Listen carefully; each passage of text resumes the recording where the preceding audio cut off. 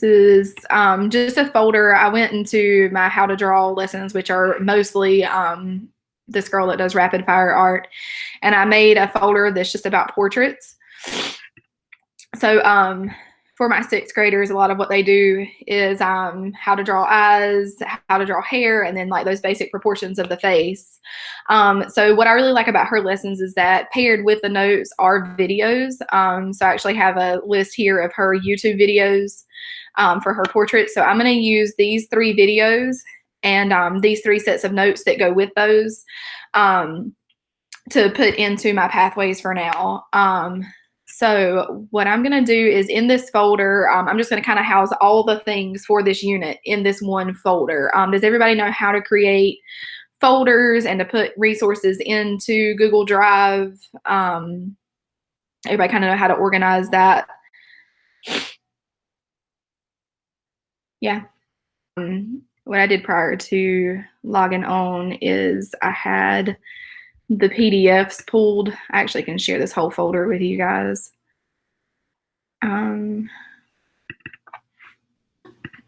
So what I went on ahead and did was I downloaded her PDF notes on how to draw these things as well prior to doing all this. So on her website, you can download those note tutorials too. They're super simple to follow as well. You know, obviously your kids would need to be able to do a little bit of reading and all that. But it has paired with these actual pictures and stuff too, so they can see the progression through pictures as well. So it's not like it's just all words and it doesn't actually show them what to do. So that could be helpful too for, you know, elementary students, is that it actually shows those pictures. So anyway, what I would do from here is once I have all kind of my resources compiled here, I have my list of YouTube videos and my 3. So this would be like a 3 lesson unit. So they would do these 3 lessons and then practice and then, you know, do a project or whatever using that. So from here, I would go through, and if I'm going to use Google Slides to make my pathways, I can create a blank Google slide here, which, you know, will just give you that blank, like black and white Google slide. Or if you want to make it a little more visually pleasing, but don't want to spend a whole lot of time doing that, if you Google free Google slide templates, several websites pull up where you can go in and find templates that are free. You just literally make a copy of them. So all the ones that you guys see, like that I've put out so far, have literally come from one of these. So there's all kinds that you can go through and choose, and even different colors within the Slides Go. The Slides Go is the one I use most of the time because I can choose different colors. You know, it just gives you a little more options. So let's say I wanted to use this chalkboard one. So I'm going to click on it. You can kind of look through them a little bit and see what they look like, you know, prior to using them. But what I'm going to do now is click where it says use a Google Slides theme, and it's going to prompt me to make a copy. So I'm going to hit make a copy.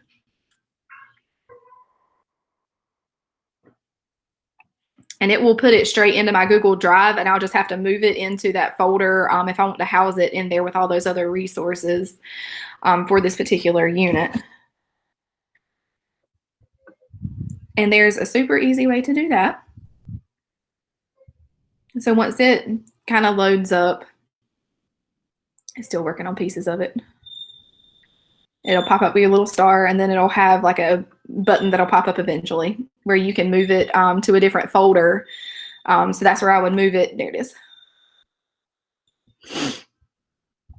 So right now it's just in my Google Drive, but I want it to be in that same folder where I have all this other stuff pulled for this unit. So I'm going to come in here and find my how to draw lessons. And in my portraits folder, I'm going to move it in here, and it will just go ahead and put it in there for me. So I'll see it pop up in here once it hasn't moved over. There it is. Okay. So I'm going to change the title of my slideshow, which you can just click up in that little bar, and I can put Portraits Pathways. And then I'll probably just put that same thing here, Portrait Pathways. Oh, I can spell.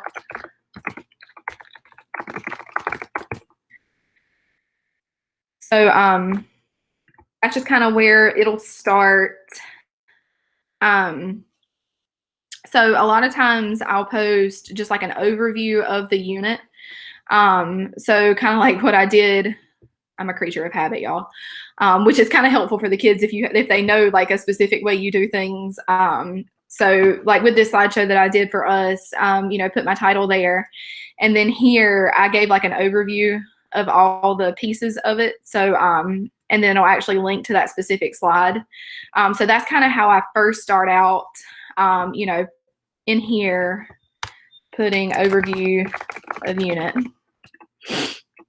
And what you can do too is a lot of times at the end of these slideshows, there will be all kinds of little like buttons and templates and graphs and charts and tables that you can use by copy and pasting. So let's see. There's going to be a lesson, like a lesson slide, a practice slide, and a project slide. So I'm going to just find one that has 3 things in it. I could use arrows too, whatever you guys want to use. Let's see. I could also, sometimes these little flow charts help them too, kind of know what's coming next. So I'm just going to copy that actually and bring it up here and paste it, and I can resize it. And I only want there to be 3, so this thing should let me erase out some of these individual components. Yeah.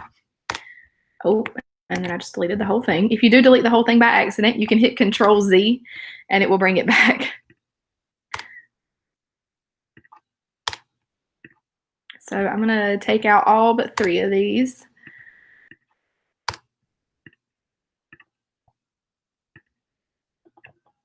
So what I would have them do first is their lessons. Change the font color. And then practice.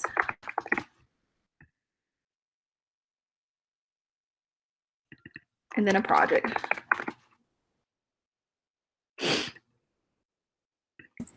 So with this now, are you using just this? I mean, this is awesome. But are you using this to just present the information, or is this like? I mean, do they have access to this too? Like, so I mean, could they kind of self-pace this way, or I mean, is this how they are receiving the information like online, like on the Google Classroom? Yeah, so this is how they're going to receive all their information. They'll all have access, not to edit this slideshow, but they'll all have access to it. And self-paced, I just set like, a lot of times with my units, I just set like one due date, like unit 5 is due on May the 8th. And then I give them the information, I give them their spots to turn things in, and then they do the work, at their own pace. So, when we're in school, I also have a teacher guided option. So that cuts down on like, usually I have a group of maybe 5 to 10 who want to be teacher guided, who sit with me every day and we do the lessons together. Whereas the rest of them are out working through the notes or through the videos, or they're working in group work. So when you walk into my classroom, it's very much organized chaos. So anyway, they have those different pathways, and this is where they can access all of them. Do they like? I mean, what do you do as far as like when you start a lesson or you start a unit? Do you just say, "Hey, we're starting this unit," and the kids who just want to just get in there and go, they just start? Or do you like introduce the unit and explain this stuff, even like just on a rudimentary level first, and then it's separate? Yeah. So usually there's a launch day for each unit that kind of goes into, sometimes they'll do a little bit of groundwork on like what the unit is and like why we're doing it kind of thing. Because, giving them that drive behind why am I doing this will usually help them, keep on pace and stuff. So usually we have a launch day. Sometimes kids are working a little ahead, or sometimes kids are a little bit further behind, but they know those launch days. I give those to them at the beginning of the semester. So they know that like unit 3 is going to be launched on February the 23rd or whatever. So they know those things are coming way in advance. So that kind of helps to let them know, and then if they are falling behind, they're like, oh crap, we're about to launch this new unit and I haven't even finished the last one, so that kind of helps too. So there usually is like a launch day where we do something special to launch the unit. And then they're self-paced, through that unit until we get to the next one. So, and then there's extensions, for the units, usually all kinds of different layers to that. So yeah. But yeah, the bulk of their information gets housed right here, and then they turn in Google Classroom. Okay. Yeah. So here's my overview of the unit. So they'll know they'll do their lessons and their practice and their project. So let's say on the next slide is where I'm going to house their lessons. So actually, kind of like this slide because it has these 3 or 4 different things. I'm going to delete this one out and move this one up. So you can delete slides, you can rearrange them, kind of do whatever you want to do as far as these go. You can scroll through, and if you like one, let's see, so I have 3 lessons, so I might even want to use that one rather than the one that has 4. So I'm going to drag this up right behind this overview of the unit. And I could put lessons here. This is such small print. Why is it so small? Okay. And then I know I'm going to have them do face proportions. And I know I'm going to have them do hair and eyes in this unit. So this is where I can give them those options to use for the actual delivery of the material. So I could put here, click here to learn how to draw face proportions using a video. So and then I'm gonna wind up adding a link in there, or they can click here to learn how to draw face proportions using notes. And usually I would put like a big or in there so they know it's not this and this. So let me put something in here.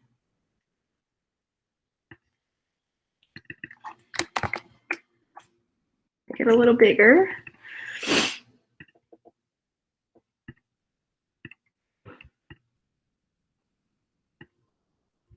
Okay, and also up here, probably what I would do just for ease of understanding is put in something about, you'll do 3 different lessons. So this would be lesson 1, face proportions. So do all 3 lessons choosing videos or notes for each lesson. Lesson 2. These pathways are a lot of front-loaded work. Obviously, there's a lot of things to this, adding it all together. But once the kids get started with it, you have so much more time to like give them feedback, grades, whatever. A lot more interactive time with the kids rather than planning so much and all that. So these pathways are so much front-loaded work. I spend a lot of time, on these pathways before I actually launch them. But once they're launched, it makes life so much easier. So yeah, pathways are how they prefer to learn things. So, really diving into, we've done a whole lot of groundwork as far as understanding the different learning styles. And my pathways right now have developed into 4 different pathways that I use with my kids. But like I said, I started out with 2, and it was videos or notes. Actually, it started out with videos or teacher guided because I was in class with them. So one pathway was like the flipped classroom style where they were using the videos, and then the other pathway was just like regular teacher guided. And then it developed into the notes, the videos, and teacher guided. And then I added in a piece for group work as well. So, it really depends on what your learners need. And, like I said, it's a lot of front loaded, a lot of research based, instruction going into this. But it really pays off in the long run. Kids can choose how they want to get the material, or if they want to work directly with you, which is funny because at the very beginning of the year, especially with our sixth graders, I see all the kids like, oh, wait, I don't have to be with you to do these lessons. Like, okay, peace then. Like, I'm going to go do it on my own. And then slowly they all start to come back like, maybe I do need a little bit of help. So I usually, like I said, have 5 to 10 in a small group that I'm teaching, and we spend the first part of the class, in the lesson, and then they're practicing or whatever while I'm walking around helping other kids. So it gives them that voice and choice, and like, hey, I'd rather do videos for this one. And a lot of times what I see is like some kids are really comfortable with acrylic painting because they've been doing it, forever. And so with the acrylic paint unit, they'll choose videos and just work through on their own. But maybe like with portraits, they're not so comfortable. They're like, oh my gosh, I have no idea how to draw somebody's face. So then they come to me and they're in my group, for that part. So, they don't have to stay in one spot. They can move, they can choose, and if they get into acrylic painting and now they're like, oh crap, I really don't know what I'm doing, they always have the option, to come and join me too. So a lot of different options, within all of this. And like I said, it looks like organized chaos. And it is organized chaos. And whenever I first started Pathways in the classroom, it was more chaos than it was organized. So slowly I'm getting into, like a rhythm, like the kids are understanding, what to do and how to do it. So, I mean, it's just like a learning curve right at first, but I have really enjoyed using the Pathways. The kids have really enjoyed it. So definitely highly recommended. So what I'm going to do is I'm actually going to delete out these 2 text boxes, because what I'm going to do is just copy and paste now. Work smarter, not harder. So I'm going to click on this text box and copy and paste. Does everybody know how to copy and paste text boxes in Google Slides? Joel says no. Okay. So whenever I first click on this, it's going to put the little flashing, I don't even know what you call that thing, to be honest with you, whatever. It's where you type. So where I could actually start typing again. I don't want that. If I hit copy here, it's not going to really do much of anything. So I'm going to go to where it has a little cross and click there. And now my little flashy thing went away. And I'm just left with this highlighted text box. Oh, okay. All right. It sounds good. So now I just have the highlighted text box, and I can hit Control-C, and it will copy it. And then if I hit Control-V, it's going to paste it. And then I can drag it to these other spots, and I can edit it. So like with here, they're not learning how to draw face proportions. They're going to learn how to draw hair. And in this one, they're going to learn how to draw eyes. I'm going to make this lesson 3. Amber, can I ask you a silly question? Sure. This kind of goes to what Joel was talking about earlier. So let's pretend that we're in September, and I'm presenting this idea to the kids, and would I get to about this spot, or put yourself in this situation? Do you show like the first few slides to the kids as a whole, and then once they see the options, it's kind of, you let them go from there? Is that how you kind of approach it?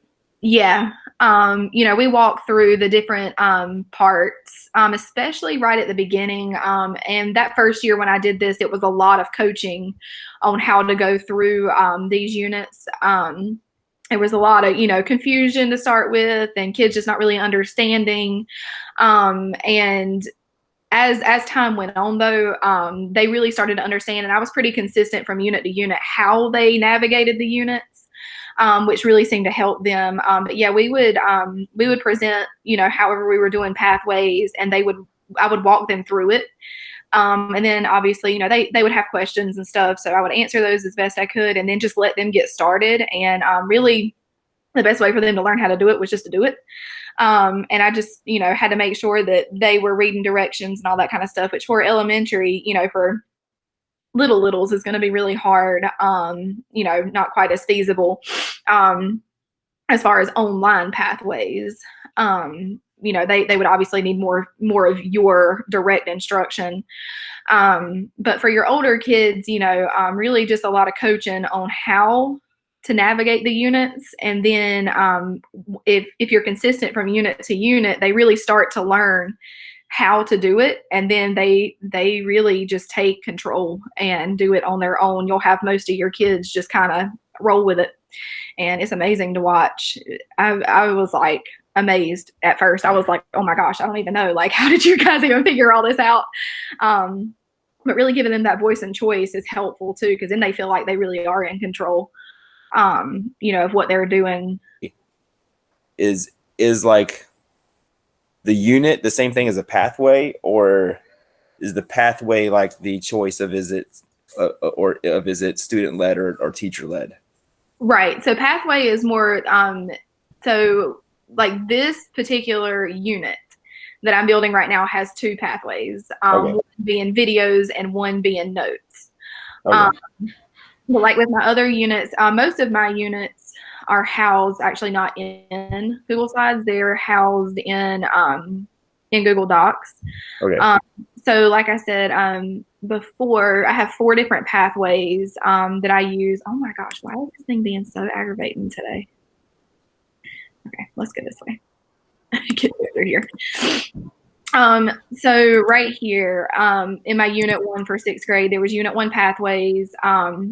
So like I said, with 6th grade, it took a lot of coaching, but this literally puts it all on one document, like all the links, all the things that they might need right here. And there's 4 different pathways. There's a green pathway, gold pathway, orange pathway, blue pathway. And those, yeah, it's a lot. Like I said, it's a lot of front loaded work. And this was not like, I did not just all of a sudden come out and be like, okay, I'm doing 4 different pathways. Like that was not at all what happened. Yeah. It was like a lot of blood, sweat, and tears, and like coming into, starting with those 2, then adding 3, then adding 4. And actually these pathways that I use, are built off the 4 personality colors. And so I'm a gold, but just because I'm a gold doesn't mean I have to stay on the gold pathway. I can choose whatever pathway I want. So I give them those options, and they choose, for this particular unit, there were 6 different tasks that they had to complete, unless they placed out of stuff, through the pre-assessment. So, they knew they had to do those 6 different tasks, and they could choose gold, green, orange, or blue for each task. And they could just work through, and there were 4 different options of projects, which is not always the case, but for that particular unit, it was just different ways to show what they knew. And then the post-assessment exit ticket. So this is what my kids, when they're in the actual like learning process, this is what they're using for each unit. So, but like I said, there's just different ways to do it. You can use Google Docs, you can use Google Sites, you can use Google Slides, like, you can use whatever you want to. So with this particular one, I was just going through how to, set that up via Google Slides. I think that's kind of where I'm going to move next year, either into Google Slides or into Google Sites, probably for my 7th and 8th graders. For my 6th graders, I'll probably continue to utilize those Google Docs because it does seem to be a little bit more user-friendly for them. Just because it's all right there together. And then as they get used to how those pathways work, because they are coming out of elementary school, not having those pathways, and we say pathways and they look at us like we have 7 heads, they don't know how to navigate those. Very, very few of them have ever even seen anything like this. So, and so it depends on grade level. It depends on, whatever you've got going on, as to what you use. There's no right or wrong. There's just different ways. So anyway, Jocelyn said that her school doesn't have Chromebook carts for the enhancements to use all the time, which I imagine when you're trying to set up online pathways is a real struggle. But one way that I kind of combated that, I used to actually teach EC students before I taught art. And I would have different stations set up around the classroom where I had 2 or 3 Chromebooks set up for kids to kind of group around and do like a math lesson or whatever. At those Chromebooks, they would kind of work together, and then note pages printed out for those who wanted to do the notes. So there's a few ways to kind of get around that. Yeah. Because that is the problem. A lot of our schools, we're very fortunate that we are one-to-one at innovation, and the kids bring their Chromebooks with them. So I don't have that struggle anymore, unless a kid just breaks a Chromebook or whatever. Oh my gosh, that's so funny. Yay, EC teachers turned art teachers. But yeah, having those stations like that, with whatever Chromebooks you do have, or desktops, whatever, for the kids to be able to access the videos. Even just putting them up on the smartboard and letting kids sit around the smartboard to watch the videos, and you can have them, be in control of everything and pausing. I used to do that. Like, one kid was in charge of pausing the video and letting kids catch up and do the work, and then when everybody was ready to move on, they would move on. So anyway, definitely around that for sure. Is still being able to utilize online pathways. So anyway, so back to this, I'm going to copy and paste over all of these different instructions. They're very much the same, but they're going to, obviously link to different pieces. So I'm going to link over this note option as well. There's so many different ways to set it up. Like I said, no right or wrong way, just different ways. I'm just kind of going with a basic setup here for like the lessons. So in this lesson, they're going to be learning about hair. My 2-year-old is extremely upset that I'm locked in my room right now. She'll be hurt. Okay. So what I'm going to do from here is actually link in the stuff for the lessons. So bless. She's very upset. She'll be okay. So usually what I do is I just highlight the click here part, and that's where I put the links in. So what I'm going to do is I'm going to go back to my Google Class or my Google Drive, and I'm going to find, if it's going to let me click. Why is Google Drive being so aggravating? I'm going to find my face proportions lesson here. And what I can do is click on this little link. Once I click on this, I can click on this link up here, and it's going to give me an actual link. Anyone at Johnston County Schools with a link can view. So I'm going to copy this link, and I'm going to come back to my slideshow where I have click here highlighted. And then this little link button right here, you can insert a link. It says my text says click here, and then I'm going to paste the link right there. And now whenever they click, it'll take them directly to that note page for that lesson, and they'll be able to scroll through and follow along. And this is very step-by-step, super easy for them to understand. So they go through and they would actually, what am I trying to say? Work along with it in their sketchbooks. And then I would have them submit a photo of their different lessons to their Google Classroom. So what I would do, most of the time what I do is just kind of down at the bottom is put, she's very upset. Sorry, y'all. Quarantined with a 2-year-old. When you've finished your artwork,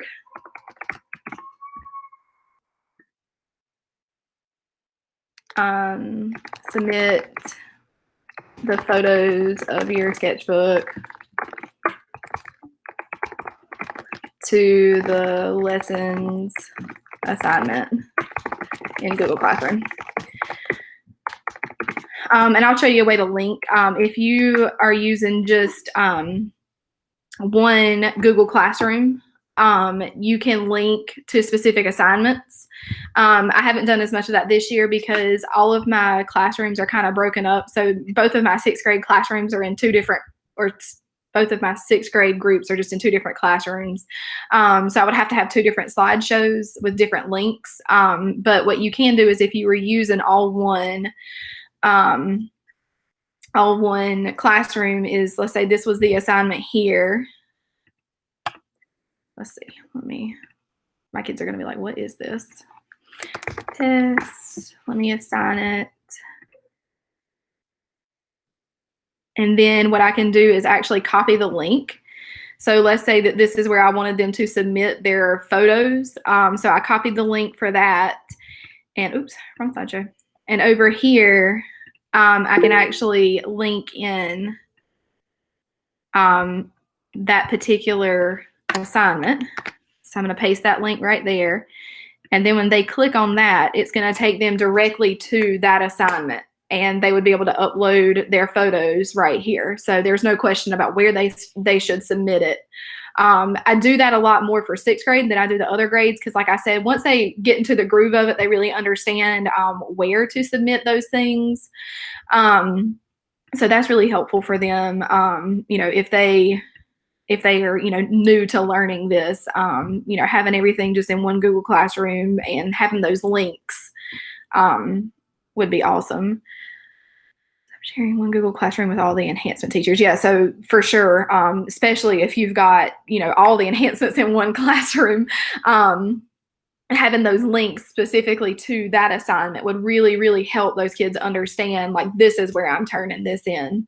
So like here, I would be looking for them to submit 3 photos. And so maybe in that assignment that I put in Google Classroom, I would say, you're submitting 3 photos from your face proportions, your hair, and your eyes lessons. So that would help them, understand how to do all that. So I'm going to do the same thing then for hair and eyes. I'm going to go and I'm going to find my hair assignment or my hair notes, and I'm going to turn on the link and copy it. And then over here, I'm going to link it again and paste it. And then same thing for the eyes.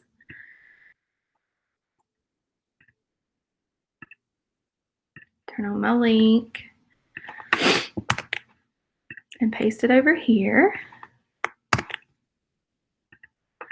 And they submit the assignment in the link. Does it show their name? Yeah, so it takes them to their own account in that Google Classroom. So it just links the spot for that assignment, but it takes them to their own personal account in that Google Classroom. So that's, that way when they submit it, it shows up as theirs. Okay, so then for the videos, what I'm going to do is use Vizia. So over here are my links for the videos, and what I'm going to do is go into Vizia. So I'm going to go to vizia.co, and if you don't have an account, it will prompt you to either sign in or make an account. But you can log in using Google. So I log in using my my work Google account. And then I'm going to click up here at the top, new video. Yeah, you save the YouTube videos in Vizia, and you can add stops along the way. You can do all kinds of stuff. It says they also support Wistia. I don't know what that is, but that's cool too. Obviously the more options you have, the better. But what I'm going to do is take the link. So their first lesson is how to draw the face. So I'm going to copy that link and put it here in Vizia and hit continue. And then I'm going to edit the name, so how to draw faces. Update that. And then as she goes through this video, you can add stops along the way. Let's say at maybe at this point, I want them to go ahead and section off all those different pieces. So here at 1:14-ish, 1:15 works, whatever. I'm going to have them go ahead and draw each of the lines across the head shape in your sketchbook.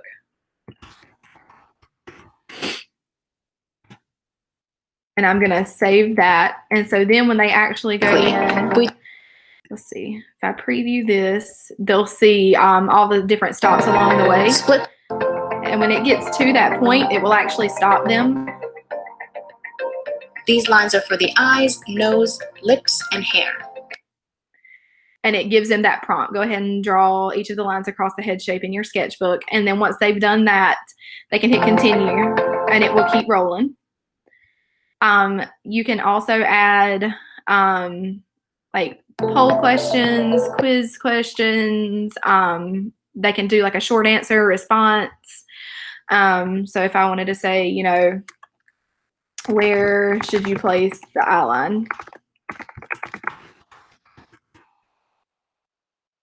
And save that whenever they go to do this. Nose, draw a triangle that stretches down like to in the a line super random labeled lips. spot. Place your Cupid's bow a fair distance from the nose. Below that, draw the... So it's going to stop them, and I wouldn't be looking for halfway from the top of the head. Oops. They could type in their answer, or you could make it multiple choice if you do the quiz question instead. The mouth whilst... And what that will actually do too is you'll be able to copy their responses into a spreadsheet, which is going to look really weird. I'd have to put that in my Google Drive. Let's see.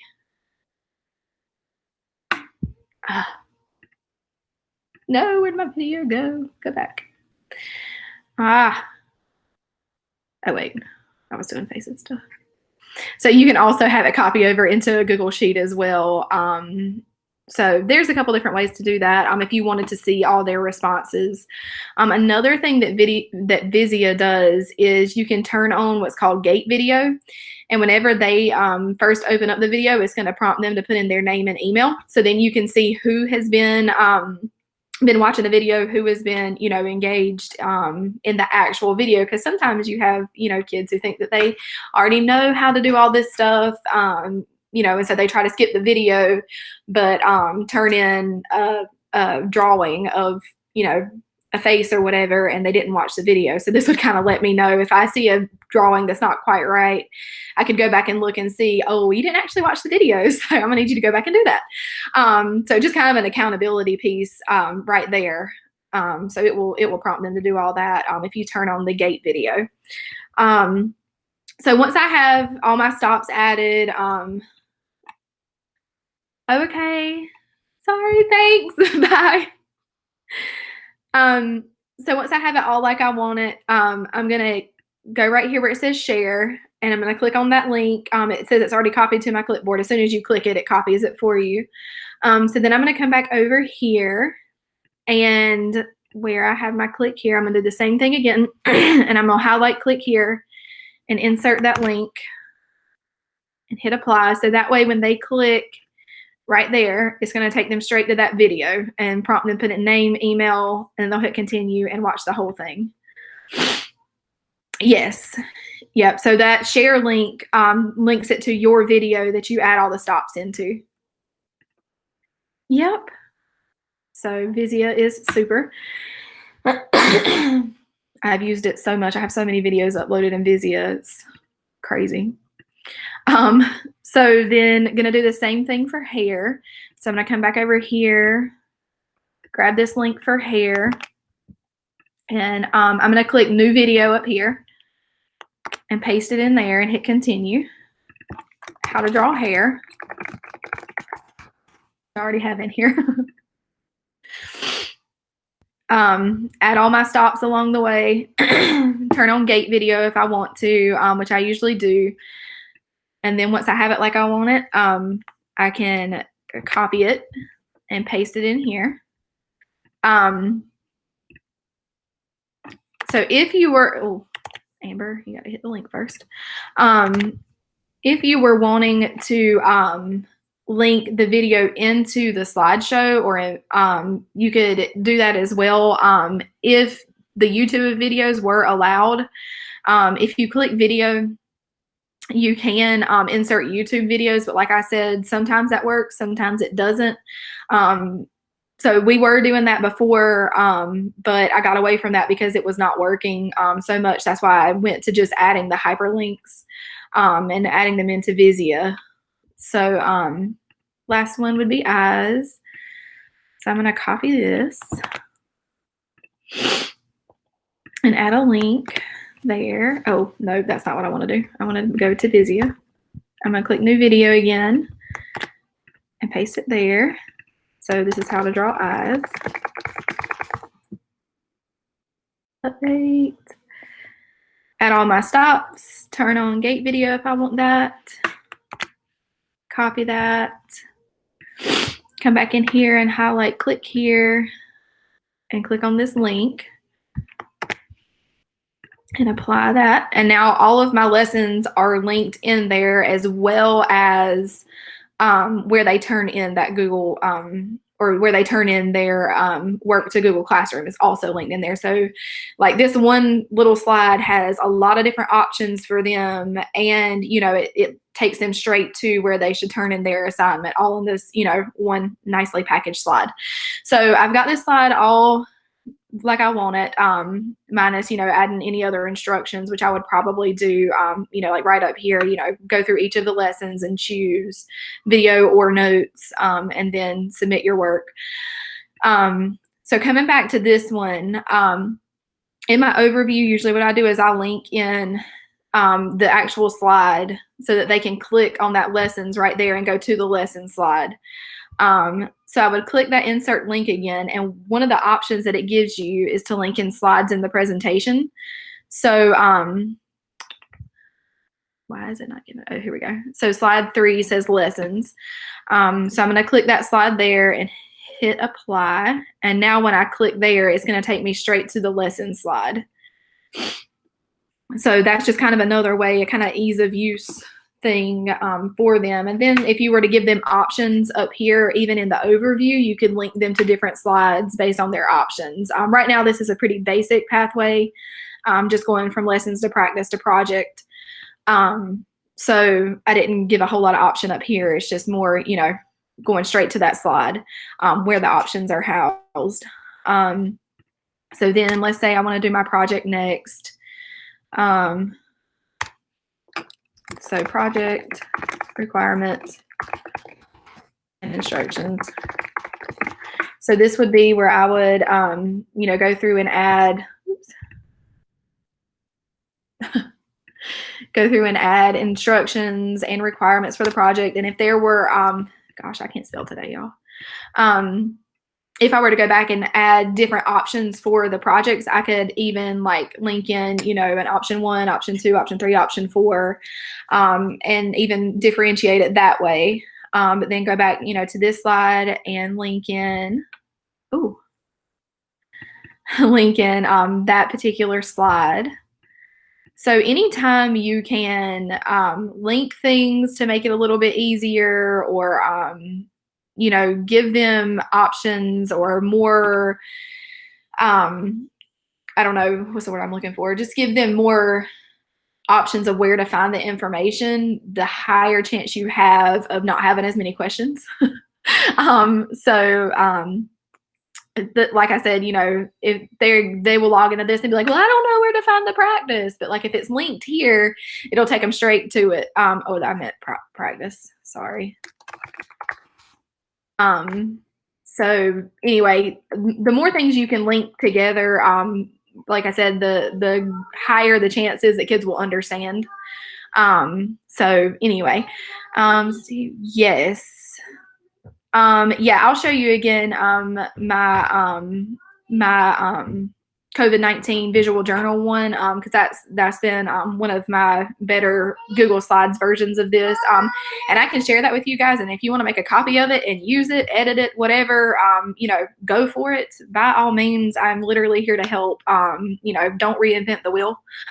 I'm all about working smarter, not harder. So anyway, I'll definitely send you guys that one as well. So then like for the last one would be the project. So let me take this one out and let's put project requirements, instructions here. And now I'm going to delete out this because I'm not actually going to type all that out right now. And go back over here and link the project in. Slides in this project or in this presentation. Hold on, baby. I'm sorry. So link that in there. And it would take them straight to the project at that point. So anyway, that's just kind of the basics of how to link those slides together. Once you have all the slides like you want them, it has so many extra slides in these templates. You can go in, and what I typically do is I get to my last slide. I choose the next slide that I'm not going to use. So over here on the left-hand side, it's highlighted at slide 6, and I'm going to scroll all the way down, and I'm going to hold shift down and touch the last slide. And so it highlighted all the ones in between, all these ones that I'm not going to need. And I'm just going to hit delete, and it'll take it a minute, but it will delete all of those slides that are unnecessary and leave you with the ones that your kids need. So anyway, that's kind of a basic overview, you know, of how to do all these things. But yeah.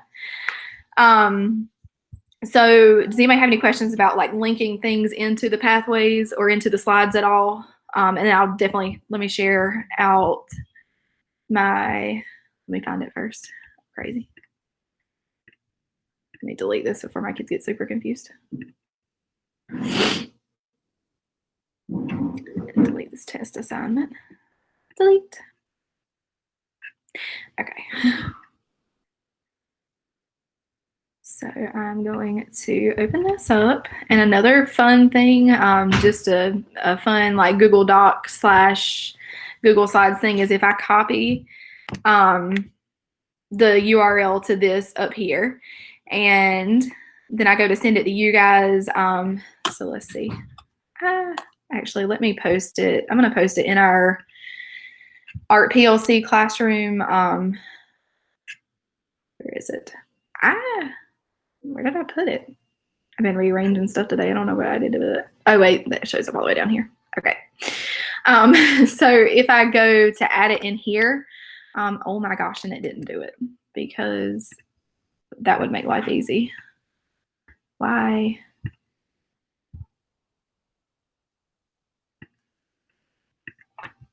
I don't understand why it's not doing it.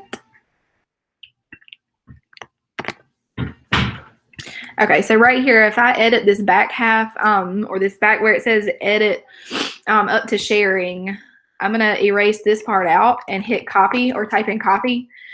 And then hopefully, if all is working as it should, when you type that in, it's gonna prompt you to make a copy of it. So that way, if you're sharing things with people and you don't want them to edit your original, it would just automatically prompt them to make that copy. And then so whenever you click on this link, just feel free, because it's going to say copy of Unit 5 instructions. So just feel free to change the template, change whatever. You know, you can go through and edit however you want to do that at that point, because you made a copy of it on, you know, for yourself. So what I'm going to do is actually add this as a link here. Add link, and then here I'm going to put feel free to use this unit for your kiddos and post that. So then, you know, like I said, when you guys go to click on that link, it's gonna, and it didn't do it. Y'all, the struggle is so real this morning. What is going on? Okay, I'll fix it and send it to you guys. Struggle bus, sorry. I'll go ahead and paste it in here though, because it should work like it's supposed to from here. Crazy. Yeah, so that worked like it was supposed to. Craziness. Okay, so you can use that, you know, work off of it as you want to. I'll take a look into it really quickly for you guys just so you can kind of see what all is there. So with pathways, I always give them a driving question. And And right now, actually, this driving question is generalizing to all of their enhancements. So we're doing like a cross-curricular project right now. So this is like the art component of this driving question is what should future generations know about COVID-19? So that, like I said, they're doing this whole COVID-19 journey project with all of their enhancements right now. And we actually have a Google site where we've added all of our stuff to that, which I think I linked in here somewhere. Maybe, I don't remember. But going through this, they just had like a little quote. And then I started with my overview like I did with the other one. So their research, they learn a new technique, they actually do their visual journal, then they're building a website and then analyzing. Okay, Jocelyn, sorry. I'll upload the video though. So they click on, you know, the research part. It takes them straight to the research, lets them know where to submit it, and gives them those sources that they read through. And actually what they see, this is for all my grade levels right now. So this is all part of their Unit 5. So this is their research part. So I relinked in all of their different resources that they're looking through. And then they do this Google form about their research. So they answer a few short answer questions, and then they submit that part 1. So there wasn't a whole lot of voice and choice built into part 1, but when they get to part 2, they get to learn a new technique. So it tells them to choose one new technique. So they could choose photography, collage, or digital collage. And then they do the learn, practice for whichever one they choose. I encourage them to do more than one, just so that they're learning more, you know, than just one more technique. But whenever they click on this, it'll take them to their Vizia video. So they watch those, and then they do their practice. So this links them to a Google Doc that gives them their requirements for the practice. Again, with things linked in there, I relinked the videos. Like I said, you know, before, linking things, sometimes, you know, it gets a little maddening linking so much stuff, but seriously, if they have more than one place to find things, it makes life so much easier. You get a lot less questions about where to find things. I also gave them a Google Slides template that they could use. So they make the copy of that, and then they can use this template to upload their stuff for their practice. So they would go through and once it loads, type in their name. It's already hyperlinked to their different videos, or not videos, but their photos, and then little instruction on how to insert their images there. So they go through and add their photos there if that's what they chose. Get rid of some of these tabs. Then same thing, collage has a learn, practice, and digital collage. All of these are actually videos right now. I didn't do any notes for this one. This pathway is very different than my other ones. But all of these are videos for their learns, and then they get to their practice and do that, and they submit it to their part 2 in Google Classroom. So they come in and they see Unit 5, part 2, learn a new technique. And then, you know, after you've watched your videos and done your practice, submit the photos of your notes and artwork here. So that's where they do all that. And then they get to part 3, which is their actual visual journal. So actually starting this week, and then for the following 2 weeks, they're doing 2 submissions a week. I did not limit them to their new technique that they learned. They could use that or not. You know, makes no difference to me. However they want to express their feelings through all this, they can go for it. So each of these options down here at the bottom have 3 different options built within that. So when they click on this, they go through and they see option 1 and option 2 and then option 3.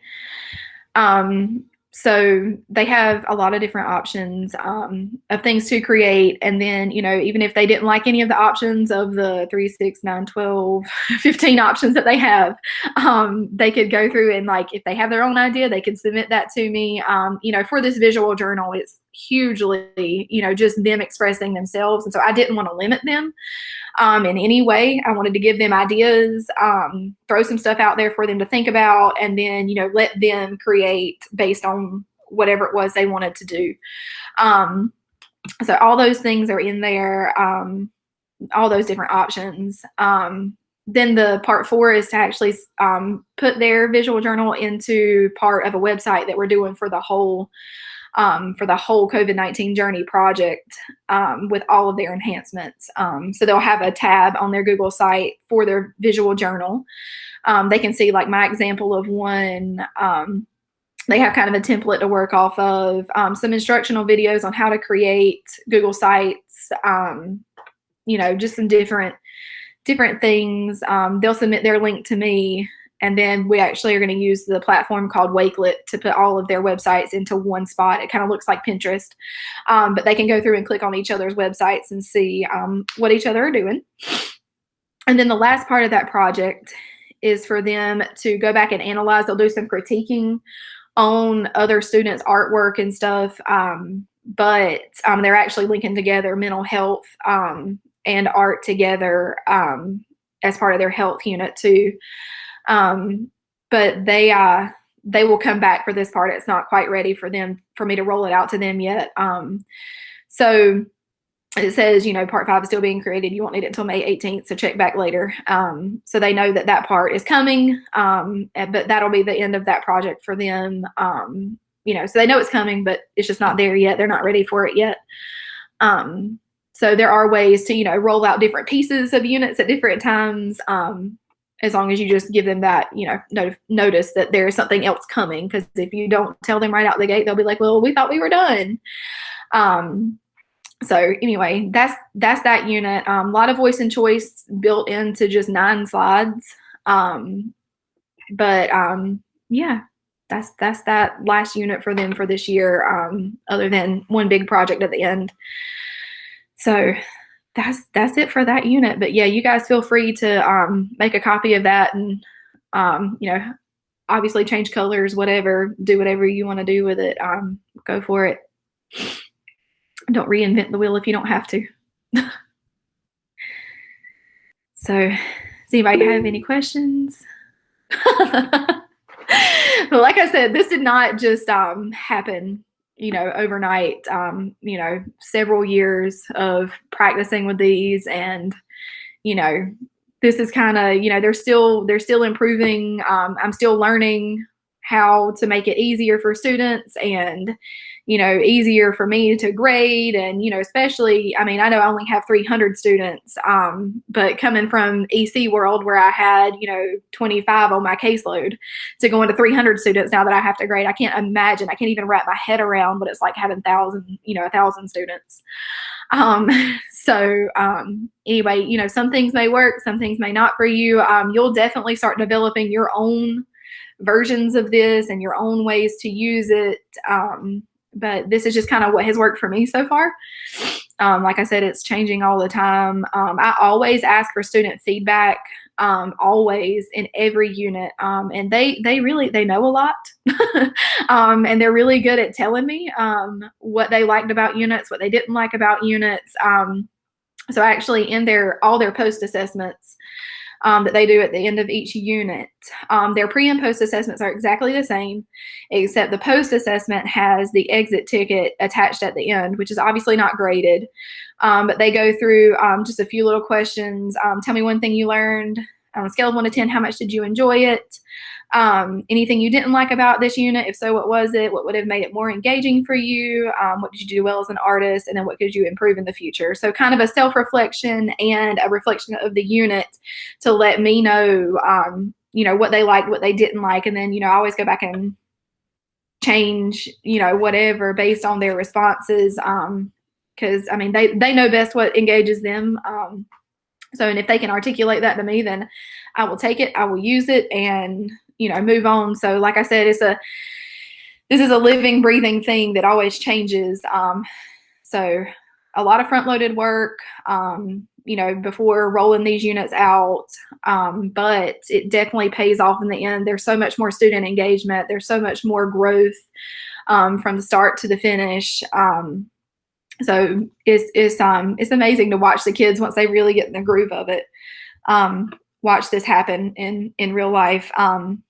We have a lot of people come and visit Innovation. We're kind of a fishbowl school where a lot of people come and visit a lot. And so people are always like, oh my gosh, like I can't even believe, like there's kids in the hallways working, like just stuff happening all over everywhere, that organized chaos, but so much growth happening.